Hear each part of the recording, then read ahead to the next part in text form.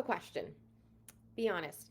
How many of your students actually make it to the end of your course? Let's talk about why you might be seeing some drop off. Um, Hi, if you're new around here, my name is Renee Koster. I'm a learning experience designer and strategist, and I help heart centered, um, creative, multi passionate entrepreneurs take their big ideas and create engaging, impactful learning experiences, whether it's a course, workshop, membership. Um, I help you do that all without overwhelm and stress. So here's the thing I see over and over again, it's not your expertise, it's not your heart, and it's not that your learners don't care about what you're sharing. There are actually three reasons course completion drops to around 50%. And they all come back to how the experience is designed. First, a lot of entrepreneurs end up talking at their learners, um, from way up here. They as entrepreneurs, we are experts in our fields. And so our knowledge base is way up here where our learners, they're still, somewhere in the middle or at the beginning. And it's easy to forget when we're so close to what we do and what we love to address those beginning stages because we're so close to that material. So when there's a tendency to give all the information at once or to use language that we're familiar with but our learners may not be. So but what happens is when people feel like you're speaking from a pedestal, they disengage because they're not ready for it or they don't understand the jargon that you're using. um, so the thing that you can do to fix that issue is to speak from their level, use their words, their examples. When you do that, they're going to lean in because they feel understood, they feel seen, and they feel understood. So remember to take a step back before you record, before you present.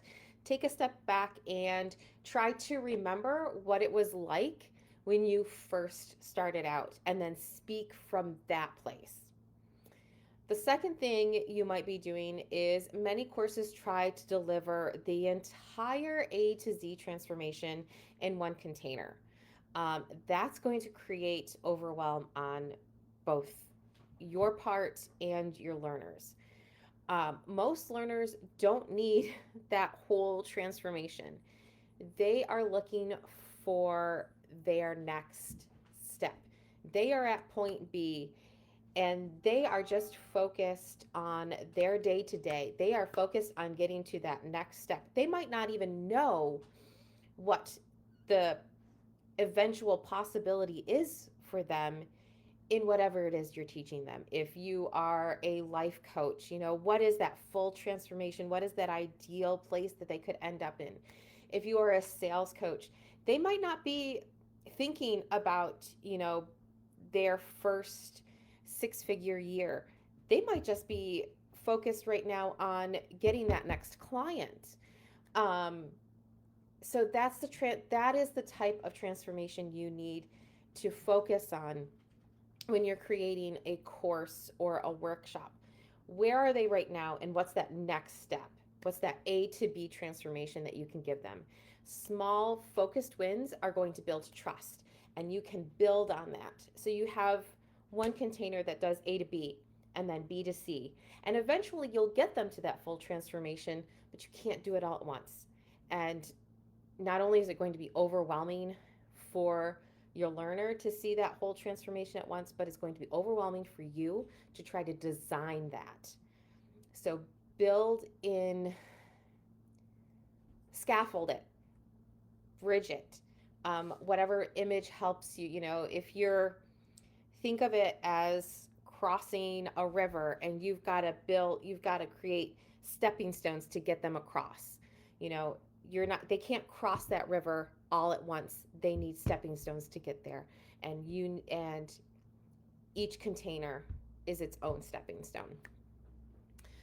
Um, the third thing that could be happening, and often happens when you see a drop off in courses or membership engagement, is it feels like a virtual lecture hall, where people just sit and watch.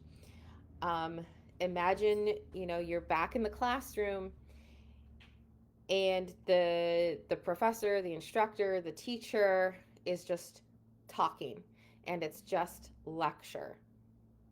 How well were you paying attention? Versus um, a lab class where you are actually given instructions and told to do something, or asked to do something, or you're given, if you're in, imagine, I know I had an English teacher where she would get us up in the classroom and have us act out the different parts of the book we were reading, right? That is so much more engaging than having the English teacher stand up in front of the class and lecture about what it is you read, right? So passive observers aren't going to finish the course. They're not going, and not only that, if they did finish the course, they're not going to have the same level of understanding as an active learner. So you don't need to turn everything into a big production. Just offer small chances for them to reflect, respond, try things, personalize the work. And this is possible even in an evergreen self paced course. There are still ways to create active learning rather than just passive observation. And those micro moments of engagement are what's going to create momentum. So, tell me, out of those three hiccups in course design, which one feels most true for your course right now? Which one do you think you can make a small tweak? And I want to say this before we close. Don't feel like, if you were like, oh gosh, I'm doing that you have to redesign your entire course. No, you don't need to do that. Take what you've got, tweak it, improve on it. You don't have to start from the beginning. So let me know in the comments, where are you going to make a small improvement in your course today?